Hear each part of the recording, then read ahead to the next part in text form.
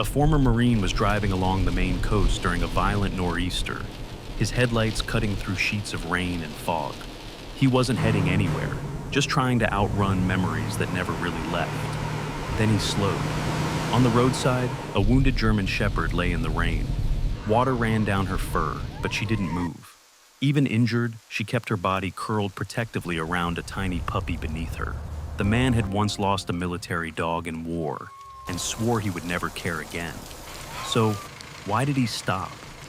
And what he discovered that night would uncover a truth hidden along the coastline, one that might restore your faith in second chances. Before we begin, tell me, where are you watching from? Drop your country in the comments below and subscribe for more. Cold Atlantic rain slashed across the narrow coastal road between Machias and Lubeck. Wind howled off the ocean, flattening the grass along the shoulder, while fog drifted low over dark rock and tide pools. Headlights struggled through the storm, turning the wet asphalt into a trembling ribbon of reflected light that seemed to disappear into the sea. Rowan Hale drove without a destination, both hands steady on the wheel, shoulders slightly hunched, as if bracing against something unseen. He was 41, tall and lean, with a narrow face carved by sharp cheekbones and a jaw that looked permanently set. A short, uneven beard shadowed his chin, streaked faintly with early gray. His dark hair, cut roughly by his own hand, had grown uneven at the temples. The lines around his eyes were deeper than his age suggested. He wore a faded canvas jacket over a dark thermal shirt, sleeves pushed halfway up his forearms. Rowan moved with the quiet economy of someone trained to minimize noise, deliberate, contained, alert even when alone. Nothing about him suggested ease. Even stillness looked like tension held under control. He had not planned to be on this road, or anywhere in particular. Since leaving the Marines 3 years earlier, Rowan drifted through work that required silence, repairing docks, patching lobster boats, hauling rope and timber. He rented a small cabin overlooking the Atlantic, far enough from town that no one stopped by unless something broke. He preferred it that way. People asked questions, animals expected loyalty. Both made him uneasy. Solitude did not heal him, but it kept things predictable. The windshield wipers dragged rhythmically across the glass, left, right, left, right. Rowan found comfort in repetition. Storms, too, had patterns. Wind rose, then dropped. Rain thickened, then softened. The ocean crashed, then retreated. War had not worked like that. War had been noise without warning, silence without meaning, loss without preparation. Lightning flickered across the water. For a fraction of a second, the reflection on the road resembled a flash he remembered too well. Rowan's grip tightened before he could stop it. His breathing changed, slower, controlled. He counted without realizing it.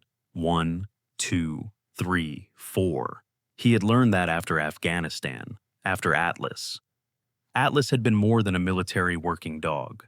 He had been Rowan's partner. A sable-coated German shepherd with alert amber eyes and a narrow scar along his right flank from a previous deployment. Atlas moved with quiet confidence, ears forward, tail low but steady. He had a habit of leaning lightly against Rowan's leg when they paused, not for reassurance, but as if confirming their shared presence. Rowan trusted him more than anyone else in the unit. Atlas detected explosives, tracked movement, and once pulled Rowan backward seconds before a hidden pressure plate detonated. Their bond had formed without ceremony, built through heat, dust, and the constant understanding that either of them could disappear in an instant. The day Atlas died, the desert had been unnaturally still. Rowan remembered that detail more than the explosion itself. No wind, no sound. Atlas had moved ahead, nose low, then froze. Rowan stepped forward. The blast came from the side, secondary device. The shockwave threw Rowan backward. When his hearing returned, everything sounded distant and muffled. He crawled toward Atlas. The dog was still breathing, shallow and uneven. Rowan pressed his hand into Atlas's fur, whispering words he never remembered later. Atlas's eyes stayed fixed on him until they didn't. The silence afterward felt heavier than the explosion. Rowan blinked, forcing himself back to the present. The truck rolled through standing water, tires hissing softly. He preferred the surface. Cold, controlled, manageable. Outside, the storm intensified, rain striking harder now. Visibility shrank to a narrow tunnel of light. He almost missed the sound. At first, it blended with the wind, a thin, broken noise that could have been metal rattling or branches scraping. Rowan drove past the spot before the sound registered fully. His jaw tightened. He told himself it was nothing, just the storm, just imagination. He kept driving. Then it came again. Not loud, not desperate, just a faint, strained whimper carried between gusts. Rowan eased off the accelerator. The truck slowed. He did not stop immediately. His mind offered reasons to continue. Animals got hit on coastal roads all the time. Someone else would find it. He wasn't equipped. He wasn't responsible. He had driven past injured animals before. He told himself this would be no different. Stopping meant responsibility. Responsibility meant attachment. And attachment meant loss. The truck rolled forward another 20 yards. Rowan exhaled sharply and pulled onto the narrow shoulder. He sat still for a moment, engine idling. Rain hammered the hood. Headlights cut across scrub grass and dark stone. He stared ahead, unmoving, as if waiting for the storm to decide for him. The sound came again, fainter now, but unmistakable. Rowan shifted into park. He rested his forehead briefly against the steering wheel, eyes closed. He knew this feeling, the pull between instinct and resistance. He had felt it before stepping toward danger, before running back into smoke, before reaching for Atlas. Every time he had told himself he could choose not to. Every time he had chosen anyway. He opened the door. Wind forced it wider, rain immediately soaking the sleeve of his jacket. Cold air hit his face, sharp and salted by the sea. Rowan stepped onto wet gravel. The headlights illuminated the roadside. That was when he saw her. A German shepherd lay half in the grass, half on the gravel edge. Her coat was darkened by rain, fur flattened against a lean frame. Water ran down her body in narrow streams, but she did not move. Even from a distance, Rowan could see the unnatural angle of her hind leg. One ear was torn near the tip. Her breathing was shallow, visible only in the faint rise of her ribs. Curled tightly beneath her chest, nearly hidden, was a tiny puppy pressed against her belly. The mother dog's body formed a shield against the wind. Rowan stopped walking. The stillness struck him first. Not panic, not movement, just quiet endurance. The way she held position reminded him of Atlas, waiting, even while hurt. The memory surfaced before he could stop it. Atlas lying in dust, eyes fixed, refusing to move until Rowan reached him. The mother dog lifted her head slightly. Her eyes met Rowan's, clouded with pain, but steady. No growl, no attempt to rise, just awareness. Rowan felt the old instinct rise, to assess, to plan, to act. He forced himself to remain still. He didn't want this. He didn't want the responsibility, the attachment, the inevitable ending. He had built his life carefully around distance. No one depended on him, no one waited for him, no one could be lost. The puppy shifted slightly beneath her chest, emitting a faint, high sound. The mother dog adjusted despite visible pain, pressing closer around it. Rowan inhaled slowly, rain soaked through his jacket, cold against his skin. He told himself he could turn back, walk to the truck, drive away, forget this moment. It would become just another blurred memory, another thing he didn't save, but he didn't move. The mother dog's gaze never left him, not pleading, not aggressive, just present, as if acknowledging him as the only choice left in the storm. Rowan took one step forward, then another. He crouched slowly, careful not to startle her. Up close, he saw more detail, a deep gash along her shoulder, blood diluted by rain, scraped paws, breathing uneven. The puppy beneath her was small, perhaps only weeks old, its lighter fur trembling but quiet.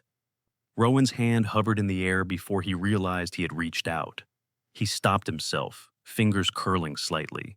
He remembered Atlas's fur beneath his palm, the warmth, the stillness afterward. He almost withdrew. The mother dog didn't flinch. Wind howled across the road. Rain pressed sideways. Rowan exhaled, long and quiet. He knew this was the moment he had tried to avoid for years. If he helped them, he wouldn't be able to pretend he didn't care. and once he cared, he might lose them too. Still, he reached forward. For the first time in a long while, Rowan Hale chose not to walk away. By the time Rowan got them back to the cabin, the rain had soaked through every layer he wore. The storm still pressed in from the Atlantic, though the worst of the wind had begun to shift northward. His cabin stood alone on a narrow rise above the rocky shoreline, an aging structure of gray cedar planks bleached by salt and years of hard weather. A single porch light trembled in the wind, casting a weak halo over stacked firewood, a rusted lobster trap, and the wet railing slick with spray. Rowan parked close to the steps and killed the engine.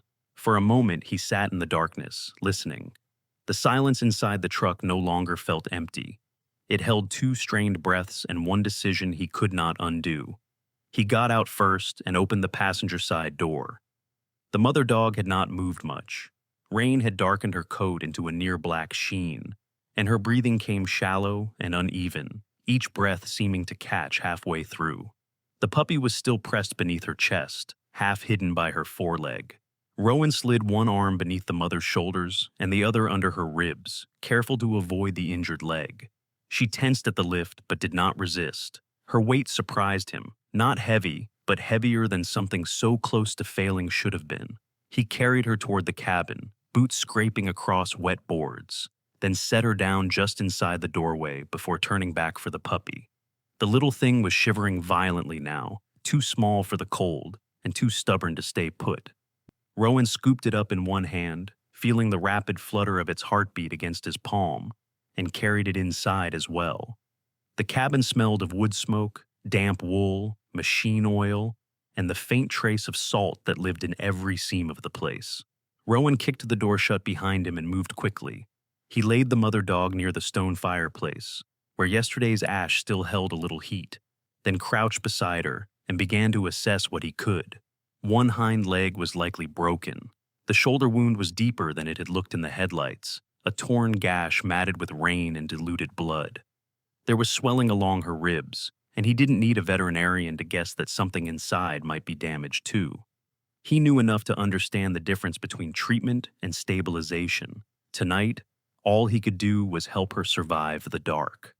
The puppy wandered in an unsteady circle near the fireplace, then stumbled against Rowan's boot. It was tiny, perhaps 5 weeks old, with soft sable fur that turned lighter along the chest and muzzle. Its ears had not settled yet, one folding halfway while the other tried unsuccessfully to rise. Its paws were too large for the rest of it, giving it an awkward, unfinished look as though it had been built in a hurry and told to grow later. Rowan ignored it and opened a dented metal first aid box from the kitchen shelf. Gauze, antiseptic, bandage wrap, adhesive tape, a thermometer that might still work. He carried the box back to the fire and got to work. He rinsed the shoulder wound with warm water first, then antiseptic diluted enough not to burn too harshly. The mother dog flinched once but did not snap. Rowan pressed a folded towel against the wound until the bleeding slowed, then wrapped it with careful pressure. He checked the broken leg next, stabilizing it as best he could with a strip of kindling smoothed flat and secured with cloth, torn from an old shirt. His hands moved without hesitation. He had done similar work before, though never in a room this quiet. In war, there had always been shouting, urgency, orders, motion. Here, there was only the crackle of kindling, the hiss of rain against the windows, and the sound of one animal fighting to stay in the world, while another stayed close enough to feel it happen. When he finished, Rowan fed 2 split logs into the fireplace and crouched there until the flames caught properly. Heat began to move through the room in slow waves. He folded an old wool blanket and eased it beneath the mother dog's side, then draped another across the floor nearby so the puppy would have somewhere warmer to settle. The puppy ignored the blanket and pushed immediately back against its mother's belly. The mother shifted, despite the obvious pain, trying to curve her body around it. Rowan stood and went to the sink to wash blood from his hands. The water ran rusty for a second through the pipes before clearing. He stared at his reflection in the dark window above the sink and barely recognized it. Sharp eyes, tired face, the same expression he had worn in too many temporary places. He had built his life around avoiding moments like this. Caring was dangerous because it invited memory, and memory never arrived alone. It brought heat. dust, explosions, unfinished promises, and the unbearable stillness that followed them. Behind him, the puppy let out a soft, uncertain whimper. Rowan closed his eyes for a second, then opened a can of soup and set it on the stove.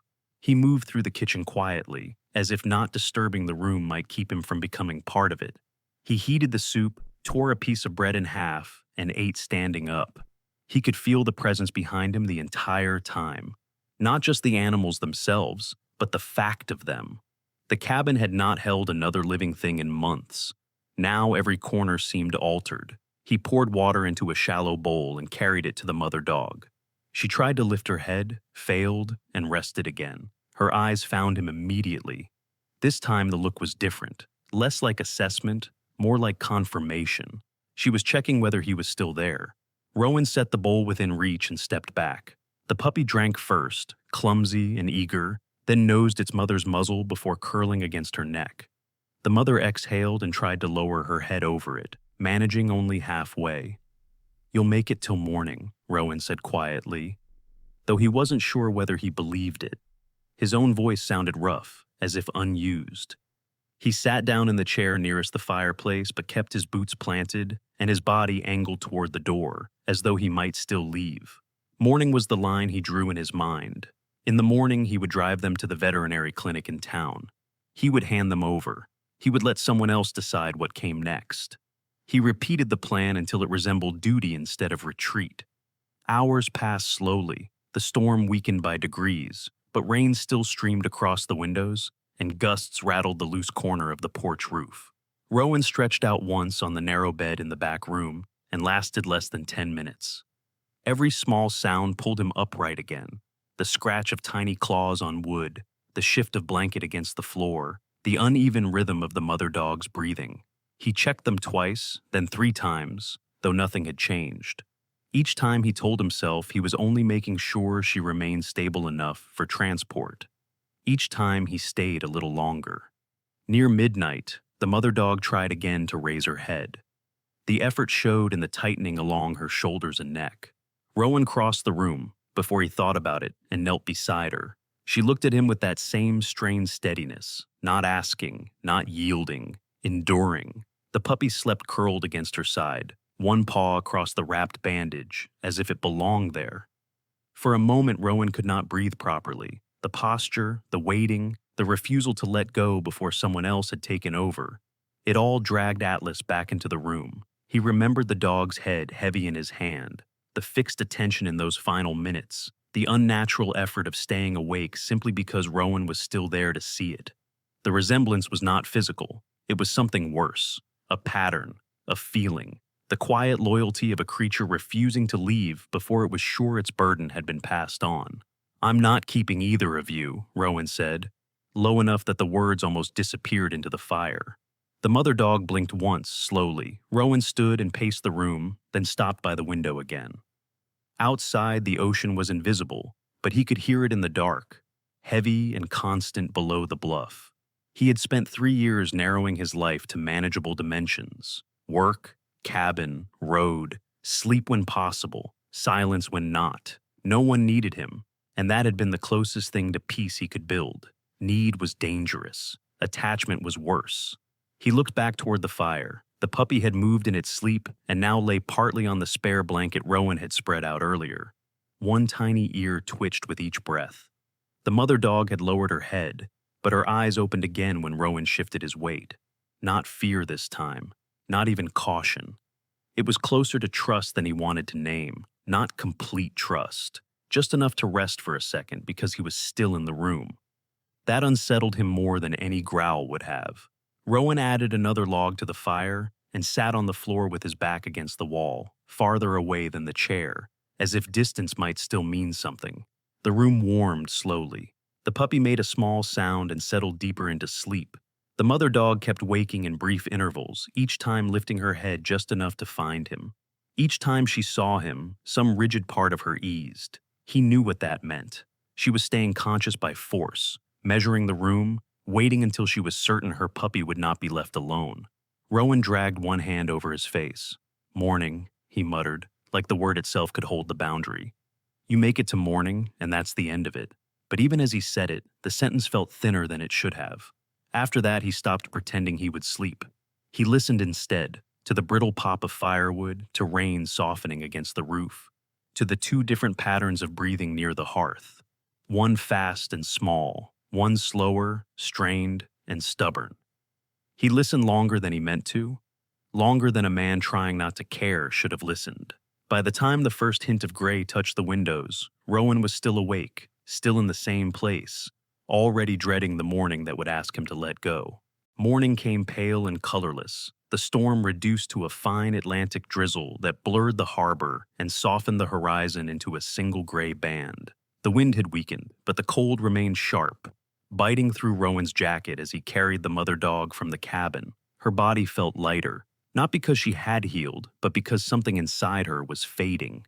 The puppy stumbled in anxious circles near Rowan's boots until he bent and lifted it with his free hand. He placed both of them carefully inside the truck, wrapping the mother in the same blanket from the night before. The puppy pressed itself against her chest, nose buried in her fur, as if the familiar scent alone could hold her in place.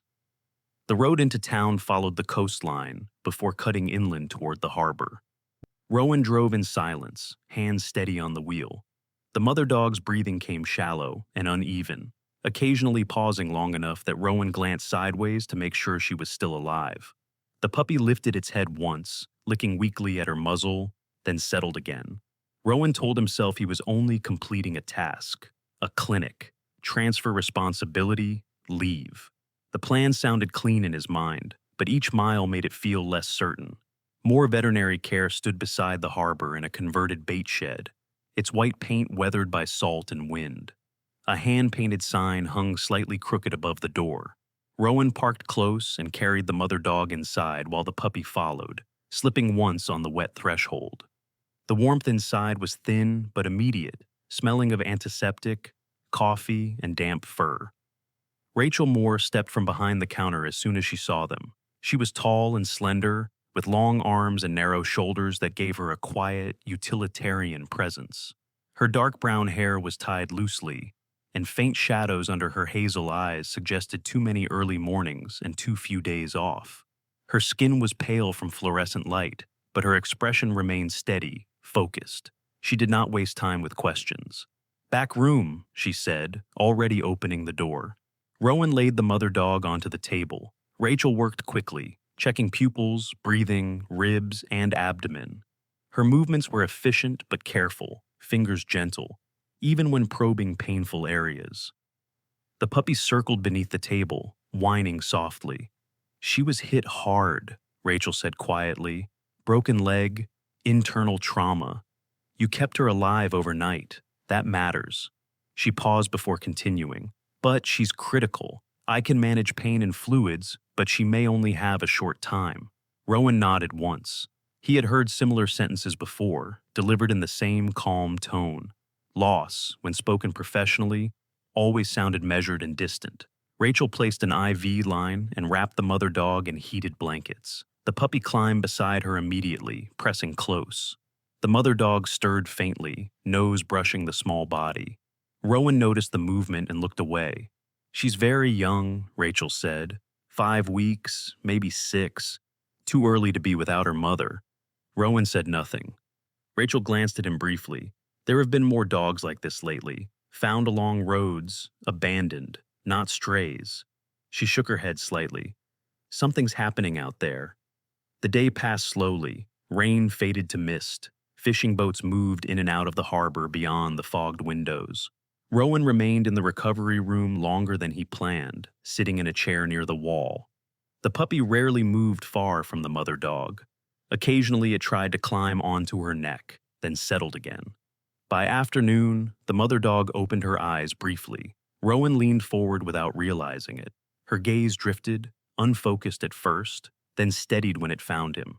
She did not move, only watched. The puppy nudged her muzzle, and she responded with a faint shift.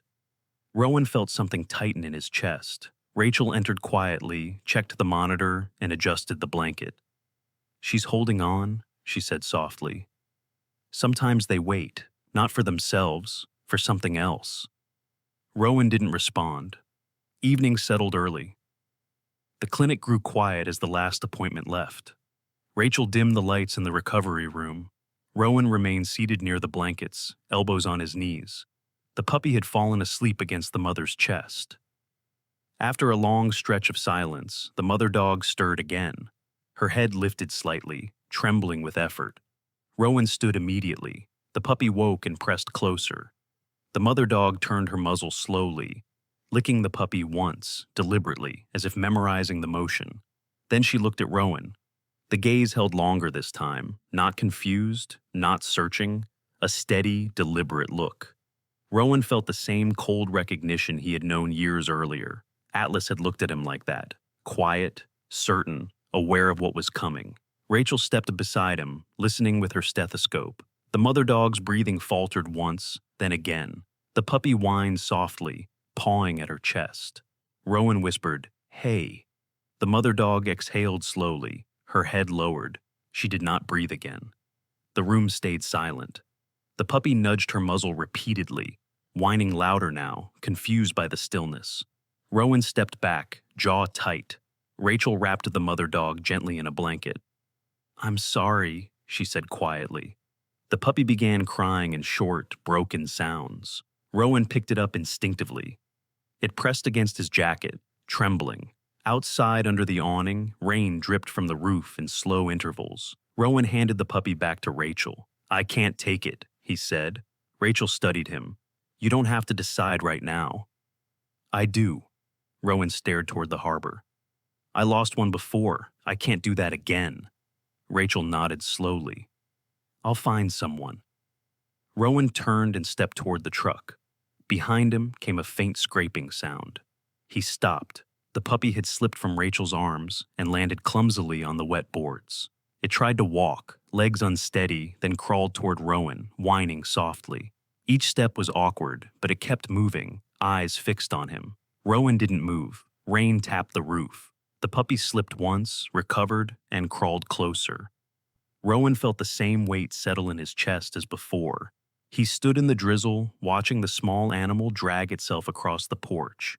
And for the first time that morning, the plan to leave felt impossible to complete. By the time Rowan left the clinic, the drizzle had thinned to a cold mist hanging over the harbor. He did not look back at the porch. He had already seen enough there, the wet boards, the tiny body dragging itself toward him, the kind of trust that arrived before permission. Rachel handed him a paper bag at the door without making the moment harder than it already was.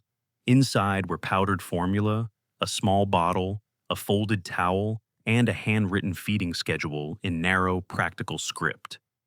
"Just for a few days," Rowan had said. Rachel only nodded. She had the rare sense not to argue with a promise a man was making mostly to himself. The puppy rode back to the cabin in the same blanket from the clinic, wrapped so tightly that only its dark eyes and narrow muzzle showed. Without its mother, it seemed even smaller, as though grief had reduced its size as well as its sound. Rowan drove with one hand on the wheel and the other braced near the seat, not touching the puppy, only making sure it would not tumble when the truck turned over the wet coastal road.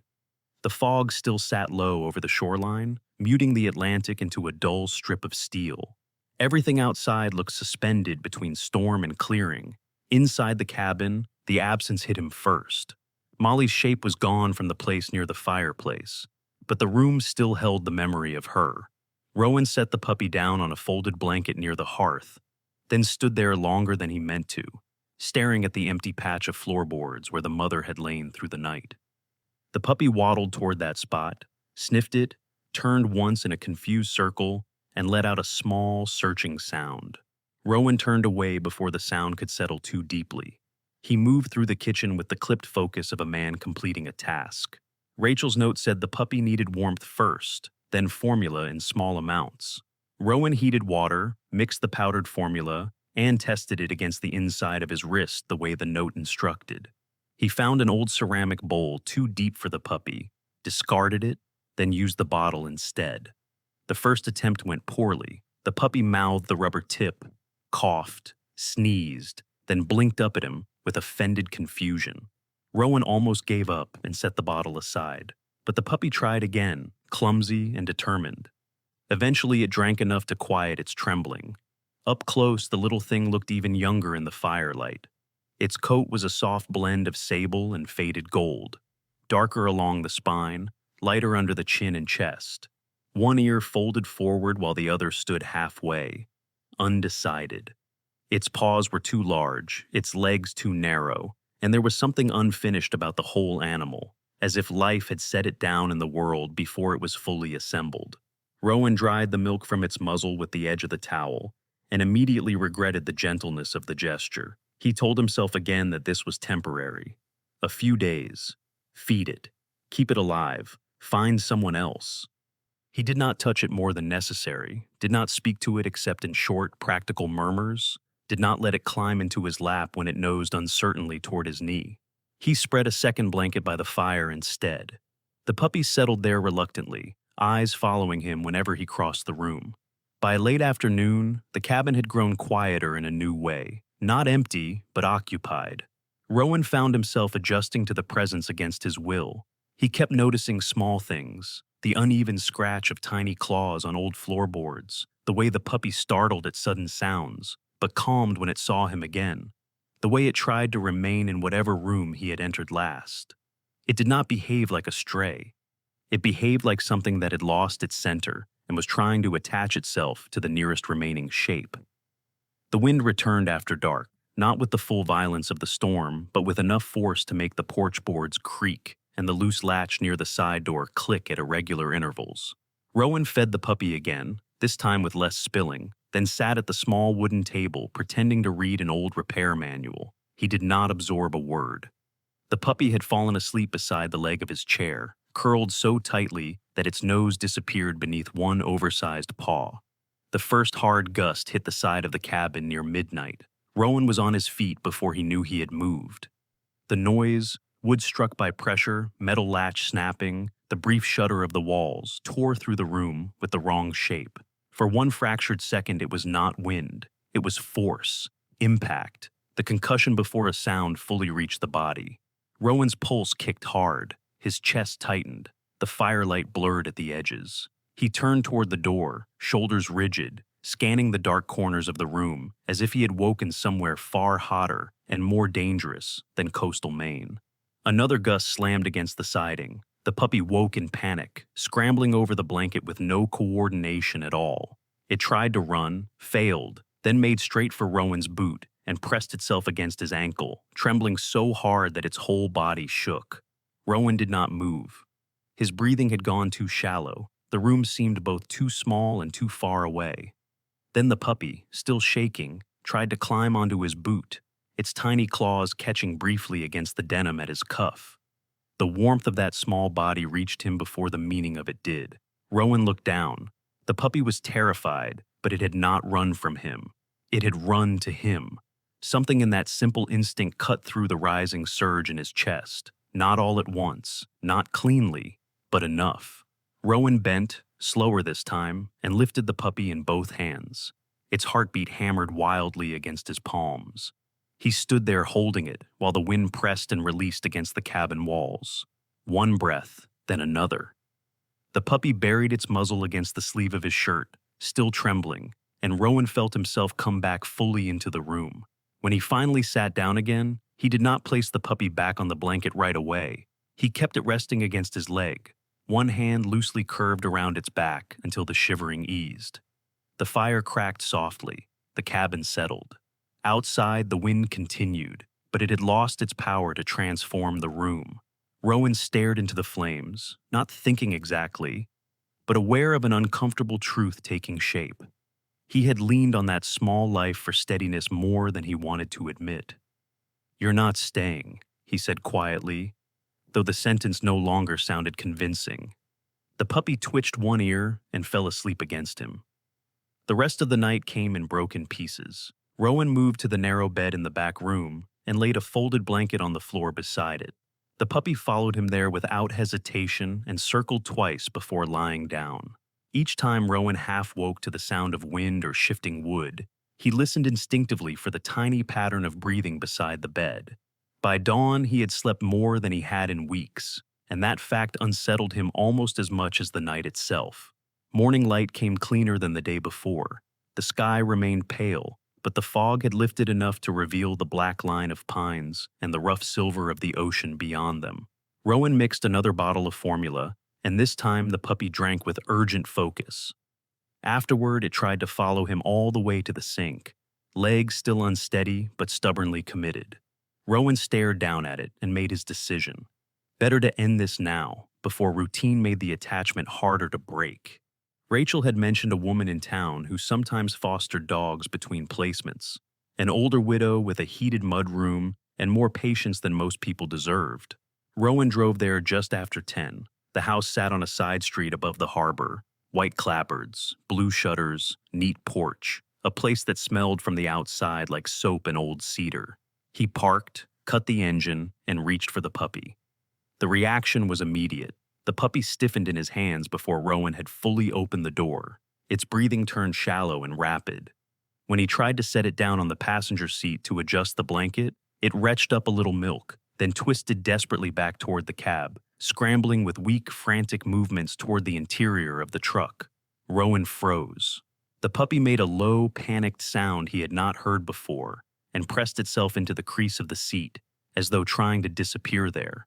When Rowan lifted it again, it struggled only long enough to turn back toward the open truck door. He closed the door and stood still, the puppy held against his chest, feeling the terror shudder through its body. This was not stubbornness. It was fear so immediate it overrode everything else. Rowan looked at the neat house, the blue shutters, the exact sort of place a reasonable man would call safer than his own. Then he looked back at the truck. The cabin might be lonely, drafty, and badly repaired in places, but it was the only place the puppy knew that no longer included loss in its center. He got back in and drove home. The decision settled over him gradually on the road back, not as surrender, but as a temporary truce. At the cabin, he set the puppy down near the fireplace again. It looked around once, saw where it was, and visibly relaxed. Rowan leaned against the counter, arms folded, watching the small body curl into the blanket with a trust that irritated him precisely because it had already begun to matter. He needed a name, if only for practical reasons. Something neutral, something that did not promise love or permanence. His gaze drifted toward the window, where the Atlantic showed in brief silver flashes between the trees.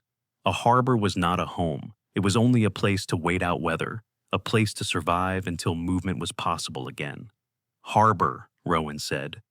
The puppy lifted its head. It was a safe name, Rowan told himself. Temporary. Functional. Nothing more.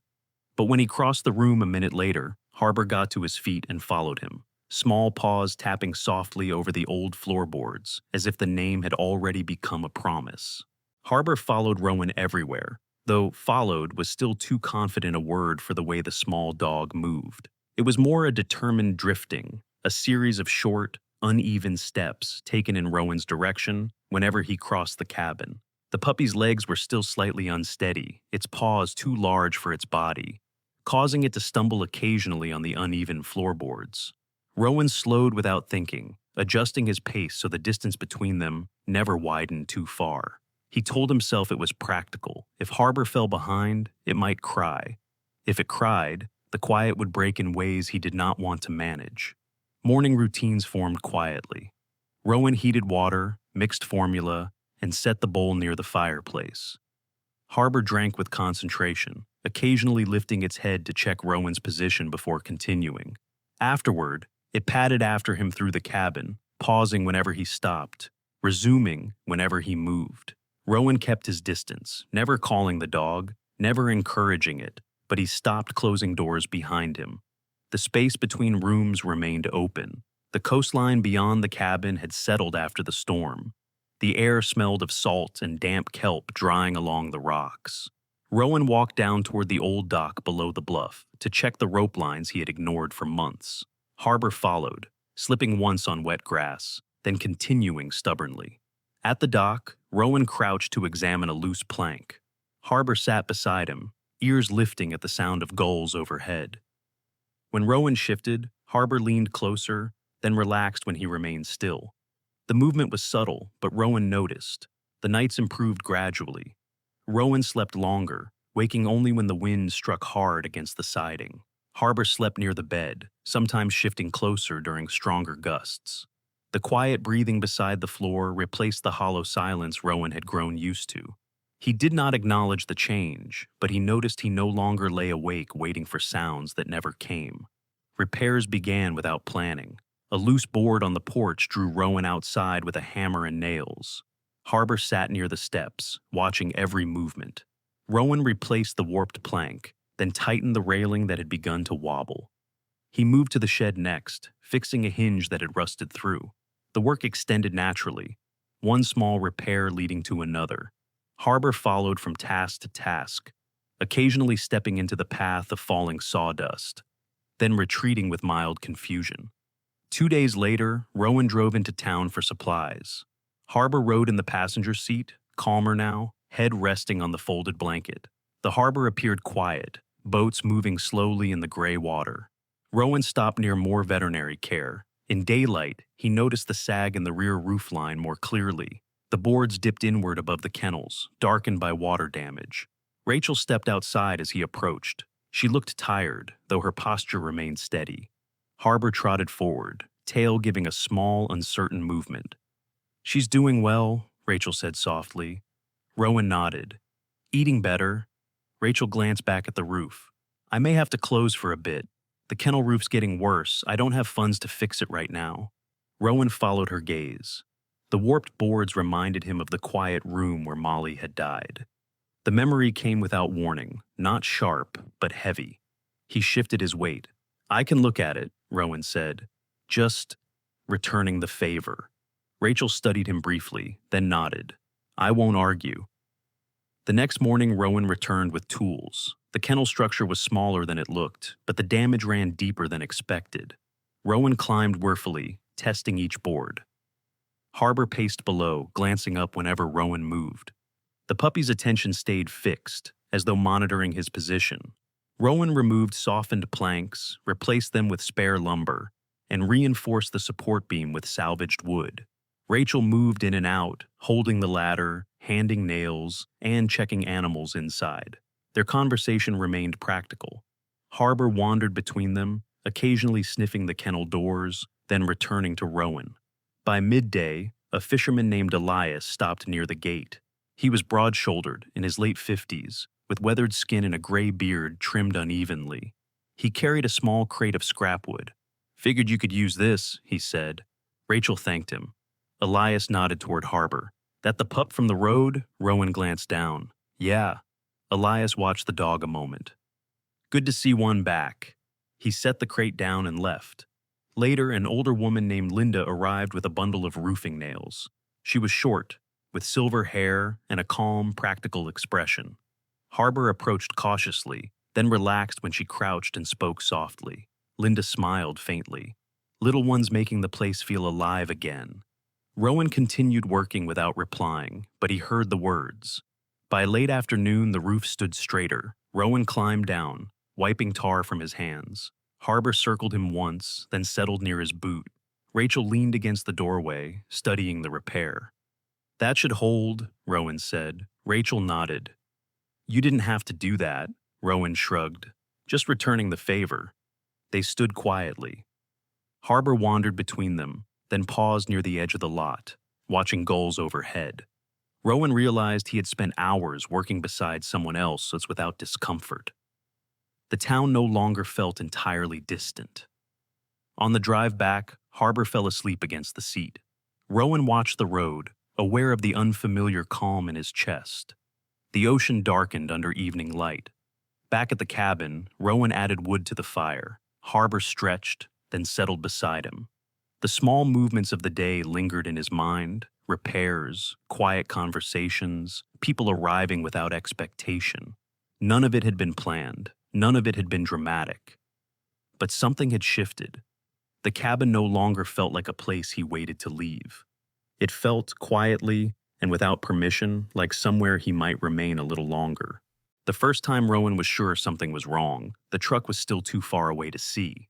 He had just stepped out onto the porch with a mug of black coffee, cooling in his hand, when Harbor, half-grown but still all uneven paws and uncertain angles, froze beside the door. The puppy had been sniffing at a coil of rope left near the railing. Then, without warning, its body tightened. One ear flattened. Its head lifted toward the inland road above the bluff, though nothing was visible through the line of dark spruce. Rowan stood still and listened. At first he heard only the sea, low and constant below the rocks. Then it came, faint, almost beneath hearing, a heavy engine note carried across the damp morning air. Harbor backed 2 steps toward the cabin before the truck even appeared. When the vehicle finally came into view through a gap in the trees, it was only a large box truck moving along the county road, nothing remarkable in daylight. But Harbor had already dropped low to the porch boards, trembling in a way Rowan had not seen since the first days after the storm. Not random fear, not the broad nervousness of a young animal startled by sound. This was narrower than that, sharper, as if the body had recognized the danger before the mind had time to understand it. Rowan crouched slowly beside the puppy without touching it at first. Harbor's eyes remained fixed toward the road until the engine faded into distance. Only then did the rigid line of its back loosen slightly. "You know that sound," Rowan said quietly. Harbor did not look at him. Its breathing stayed fast for several seconds more, then began to ease. Rowan rested one hand briefly near the puppy's shoulder, not holding, only grounding. The reaction stayed with him long after the road had gone silent again. He had seen animals panic before, during storms, around gunfire, after injury. This felt different, conditioned, not startled, learned somewhere the dog could not explain. By noon, he had found himself listening for engines. The day had cleared into a pale, wind-burnished brightness. Rowan spent part of the morning repairing an old line hauler bracket near the bluff path, but his attention kept shifting upward toward the road. Harbor followed as usual, never far from his boots, but twice more. The puppy paused and looked toward sounds Rowan had not yet fully picked up. The second time, it happened nearly half a minute before a long commercial truck came humming past the far bend. Again, Harbor crouched low and stayed there until the sound had disappeared completely. That was enough to send Rowan into town. The dockside fuel shed stood near the working end of the harbor, where lobster crates, bait barrels, and coils of wet rope gave the whole place the sour, salty smell of labor. Walter Briggs sat outside on an overturned crate repairing a net. He looked as though he had been built by weather rather than born into it, thin but durable, with ropey wrists, stooped shoulders, and skin so lined and browned by years at sea that it seemed carved instead of aged. A loose white beard ran along his jaw, and his pale blue eyes had the patient look of a man who noticed more than he repeated. Walter glanced at Harbor first. "That the little one from the storm road?" Rowan nodded. "Yeah." Walter resumed working the net through his fingers. "Poor thing's got the look." "What look?" Walter tied a knot before answering. "The kind that comes after confinement. Seen it before. Dogs that don't flinch at gulls or waves, but shake apart at diesel." Rowan felt something settle heavier inside him. "You've seen more?" Walter nodded. 3, maybe 4 over the last couple months. Not town strays, good dogs, fed dogs. Wrong roads, wrong condition. He looked up then, gaze narrowing toward Harbor. One was found out by Cutler Turnoff, another near the old quarry road. Folks said dumped. I'm not sure dumped covers it. Harbor leaned quietly against Rowan's shin. "Who'd do that?" Rowan asked. Walter gave a dry half shrug. "Whoever makes money first and conscience later." He pulled another length of net into his lap. "Ben Foster's been asking around." That sent Rowan the rest of the way to the sheriff's office. The building was small, white-painted, functional, with a flag snapping weakly in the breeze, and a row of muddy prints on the front steps. Inside, the office smelled faintly of coffee, paper, and damp canvas.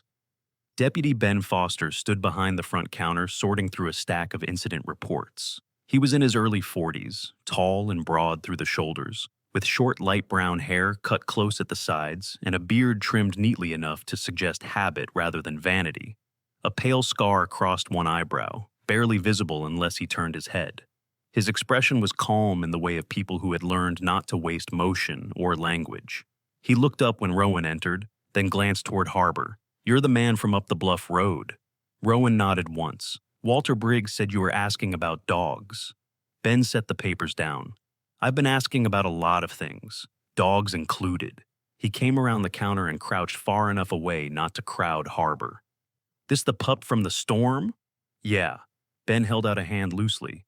Harbor sniffed it, hesitated, then remained close to Rowan's leg. She reacts to trucks, Rowan said, before they're close, sometimes before I hear them. Ben's face sharpened slightly. How strong a reaction. Not noise, specific. She goes low, shakes, watches the road. Ben rose again, expression turning more thoughtful than skeptical. That tracks with what I've heard. He motioned Rowan toward a smaller side desk where a county map was spread beneath a paperweight. We've had reports of dogs showing up along secondary roads, coastal access lanes, old logging pull-offs, places people don't use unless they mean to. No collars, no chips, good breeds or good mixes. Too well fed to be wild, too frightened to have simply wandered. He tapped 3 places on the map with a pen. One point lay north of town, another farther inland. The third was uncomfortably close to Rowan's stretch of road. Any witnesses? Rowan asked. Nothing useful yet. One road crew saw a white utility-style truck parked near a turnout before dawn 2 weeks ago. No company markings, gone before they circled back. Could be unrelated. Ben paused. Could also not be. Rowan looked down at Harbor, then at the map again. Molly's broken body on the roadside no longer felt isolated. It felt placed within a pattern he had been unwilling to see all at once. You think transport? Rowan asked. Mba asked. Ben exhaled through his nose. I think someone's moving dogs through back roads where fewer people ask questions. Whether it's illegal breeding, resale, abandonment, or something messier, I'm not ready to say. But it's not random. The room stayed quiet a moment. You live where you can hear that road before most people do, Ben said. And from the bluff you've got long sight lines in both directions, right? Rowan nodded. Ben reached for a card and wrote a direct number on the back. If you notice anything odd, late trucks, repeated routes, vehicles stopping where they shouldn't, call me. Don't follow, don't confront, just call. Rowan took the card and slipped it into his jacket pocket. On the way back, he drove more slowly than usual. Every turnout looked different now. Every patch of soft gravel, every break in the tree line, every place where a vehicle could pause unseen for 30 seconds too long. Harbor remained calm until a heavy truck approached from the opposite lane. Then the puppy's whole body drew inward again. Rowan didn't need more confirmation.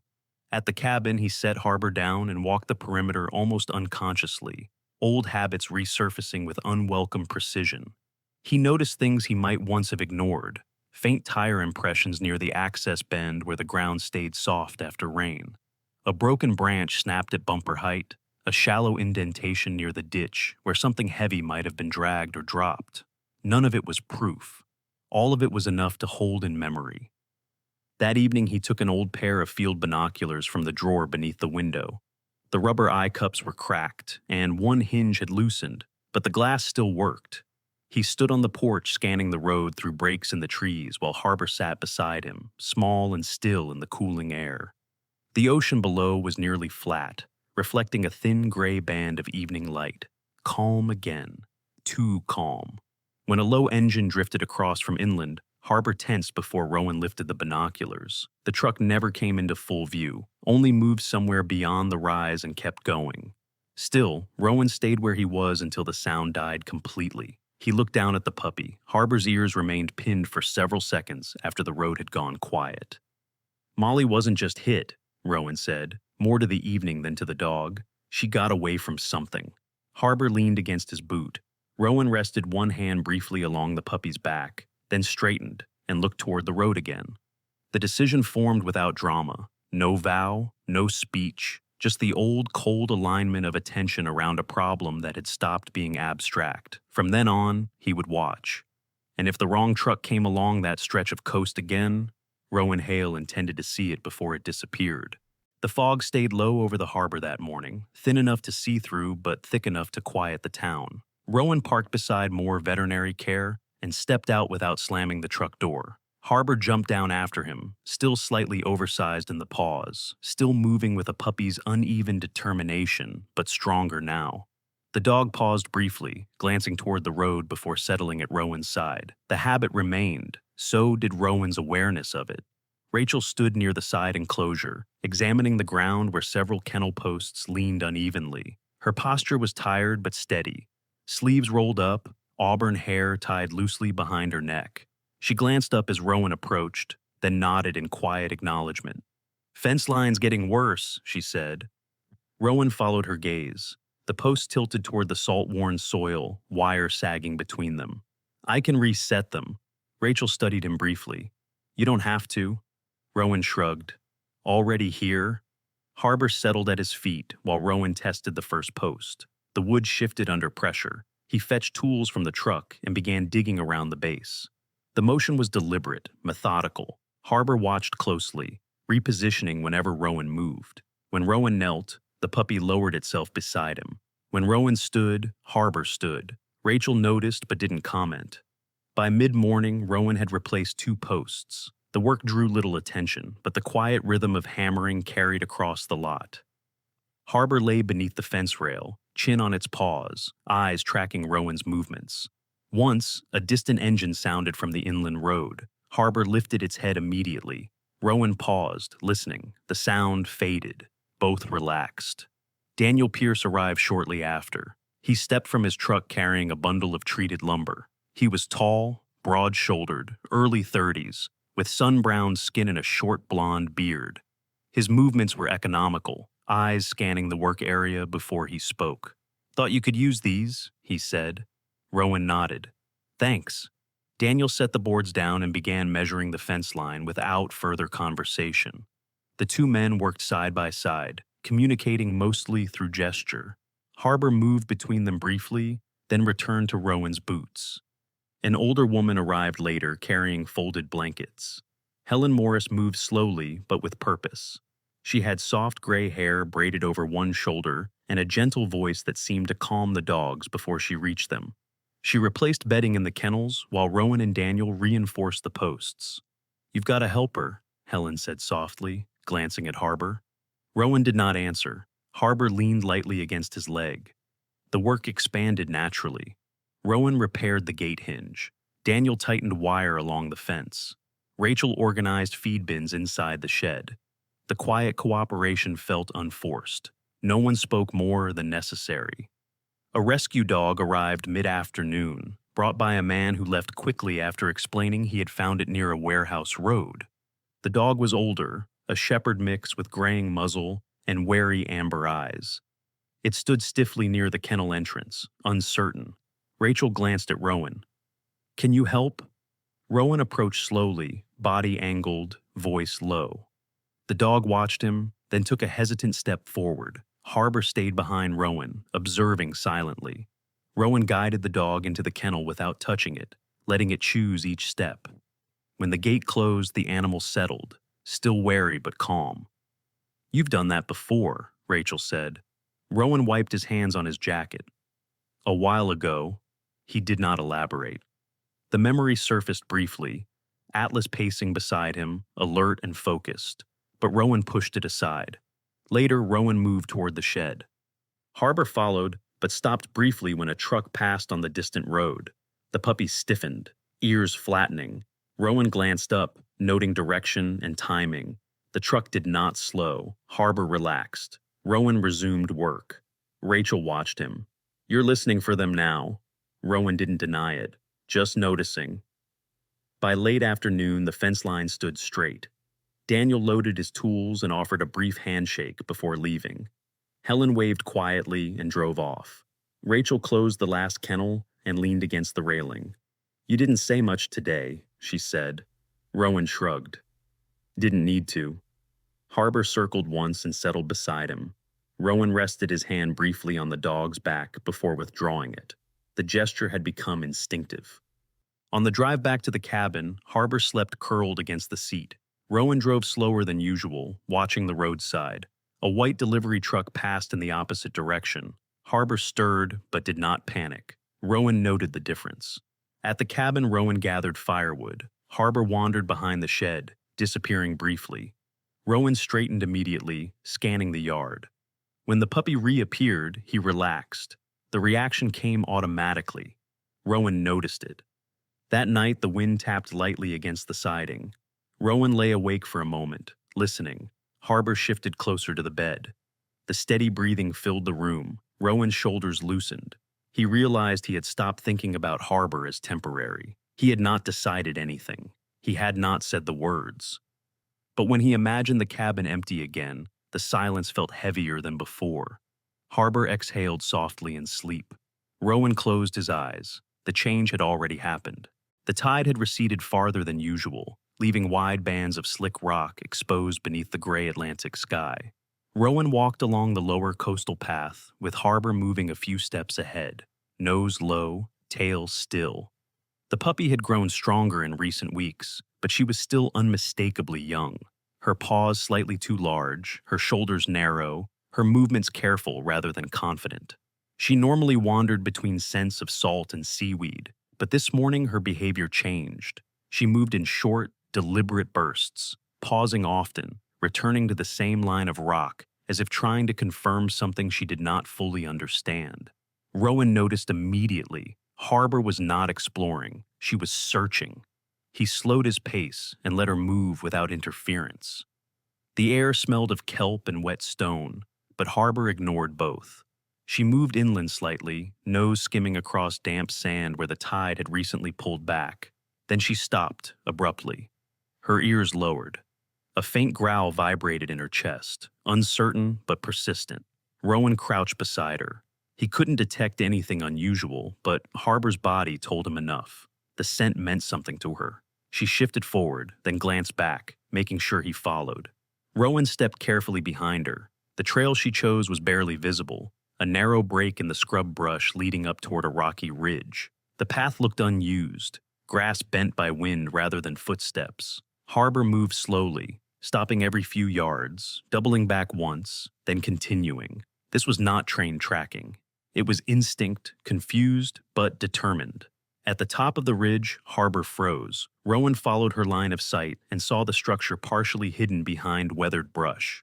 It was a low wooden storage shed, gray and leaning, its boards warped by years of salt air. The roof dipped slightly in the middle. One door hung crooked, half open. From below, the building would have been invisible. Harbor approached cautiously, sniffing along the base of the wall. Then she barked once, sharp and sudden. Rowan stepped forward, tension rising instinctively in his shoulders. He moved slowly, listening before touching the door. The hinge creaked as he pushed it open.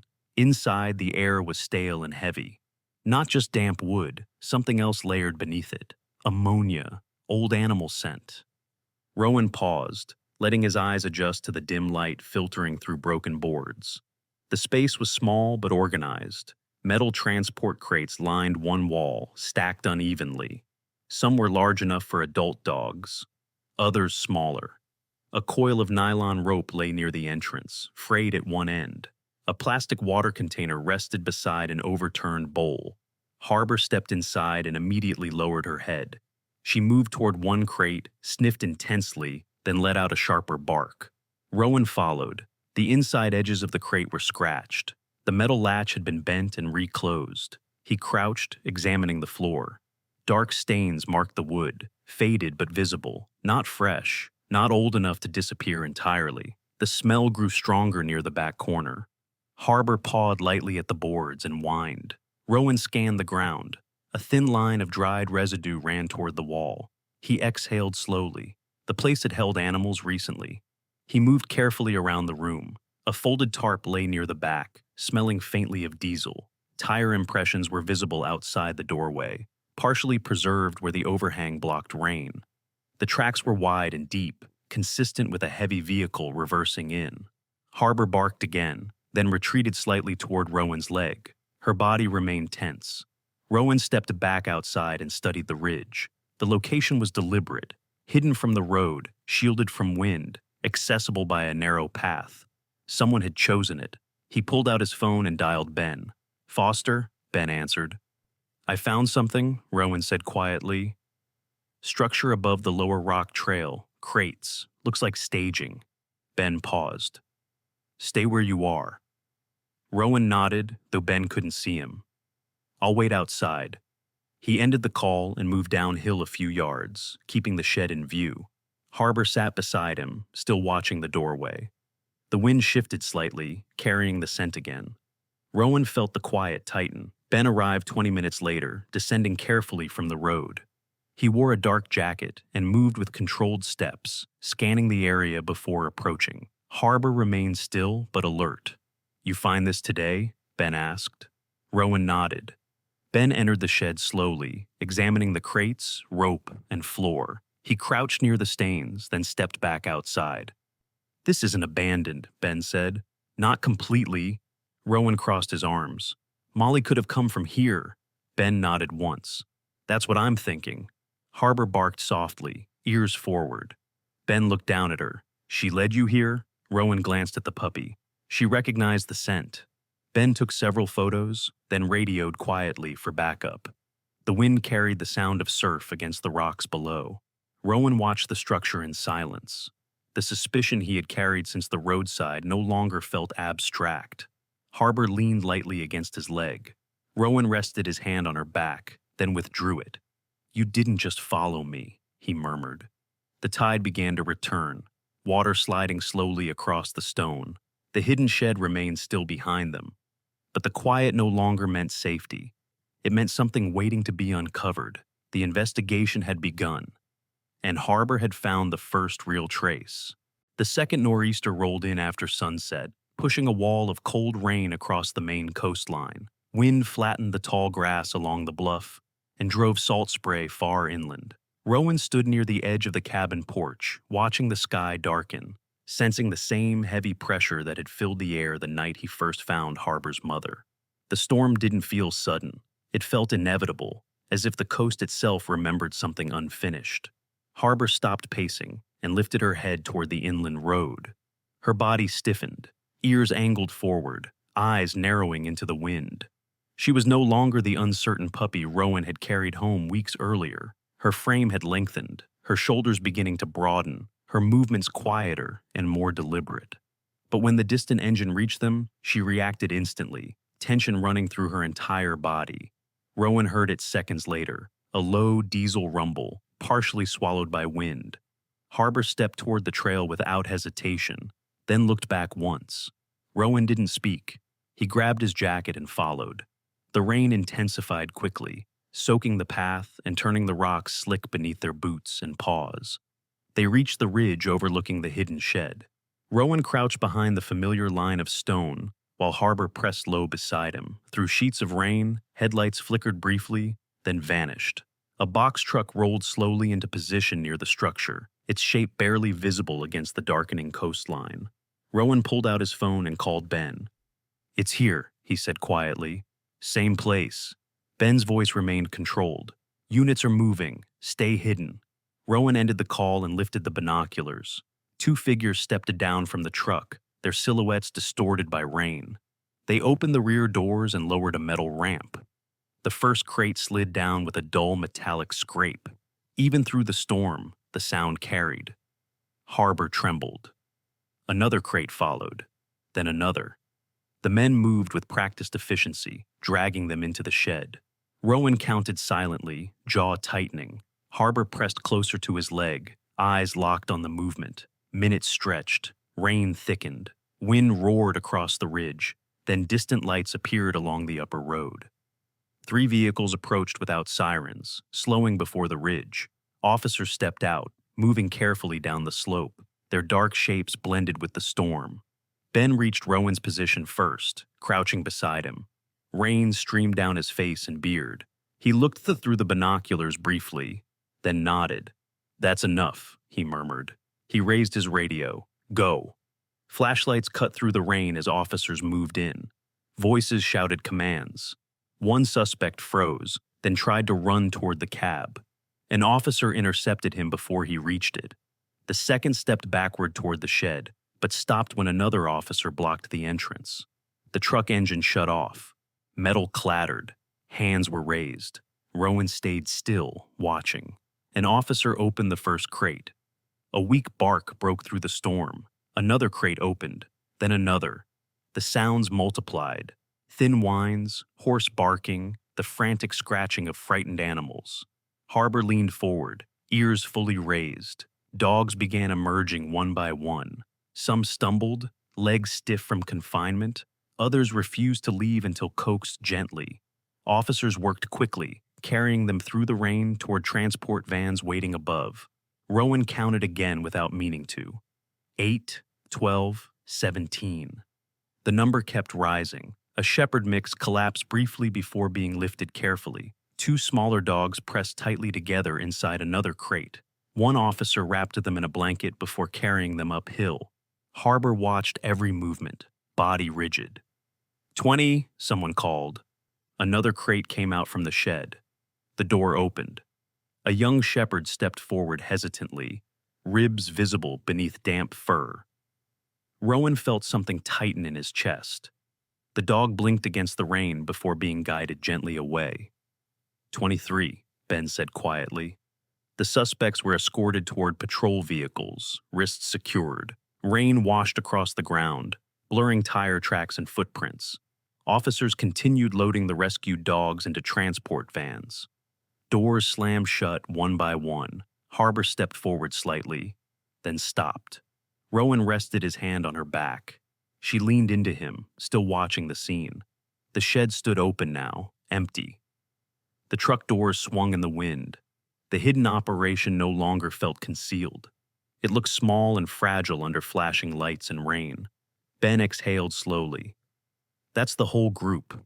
Rowan nodded but didn't speak. He watched as the last dog was carried uphill. The sound of engines started again, softer this time. One by one, the vehicles pulled away. The ridge fell quiet except for wind and surf.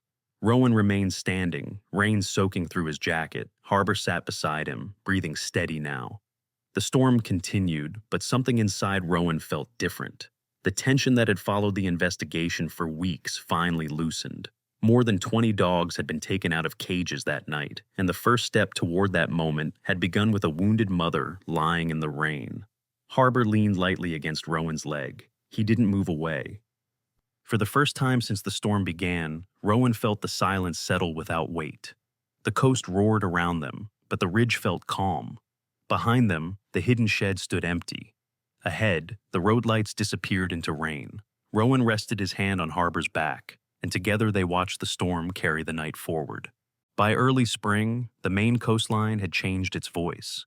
The Atlantic was still cold, still iron gray in the mornings, but the sharp cruelty of winter had loosened. Meltwater slipped through the rocks below the bluff, and the wind no longer cut like broken glass when Rowan stepped outside at dawn. Patches of green had begun to return along the edges of the path behind the cabin. The world did not look reborn exactly. It looked as if it had survived. Harbor was waiting on the porch when Rowan opened the door. She had grown into herself over the months, though traces of puppyhood still remained in the quickness of her movements and the occasional way she tilted her head before deciding what a sound meant. Her body had lengthened into a lean young German shepherd frame, still not fully filled out, but strong now, balanced, sure-footed.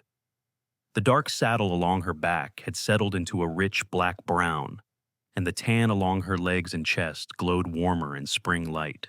Her ears stood clean and alert. When Rowan moved, she rose with him, not out of fear anymore, but because companionship had become her instinct. The cabin behind them had changed too. The warped porch board was gone. The roof no longer leaked. A second lamp burned warmly beside the door in the evenings, and the path down toward the bluff had been cleared of fallen branches and winter debris.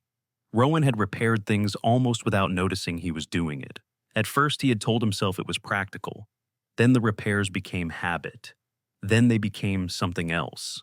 Care, perhaps. The kind that did not ask permission before taking root. He and Harbor drove into town just after sunrise. The road that had once felt like a corridor of avoidance now looked different in spring. Fishing boats moved in and out of the harbor under a pale wash of morning light. And the town seemed less like a place Rowan passed through than one he had quietly begun to belong to. The old clinic had changed with the season as well. The hand-painted sign above the entrance now read, coastal animal rescue, and veterinary care, the new lettering added beneath the old in a slightly darker shade of blue. Fresh lumber framed the side kennels. A bulletin board near the front porch carried volunteer schedules, donation notes, and handwritten thank you cards from families who had adopted rescued dogs after the winter bust. Inside, the building hummed with the ordinary sounds of useful work.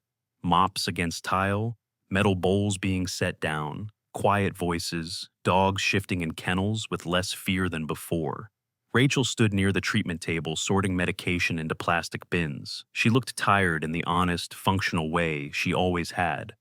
But the strain that once sharpened her face had eased. Her dark hair was pulled back loosely, and there was more steadiness than exhaustion in her posture now. She glanced up when Rowan entered and smiled without surprise, as if his presence had long since become part of the rhythm of the place.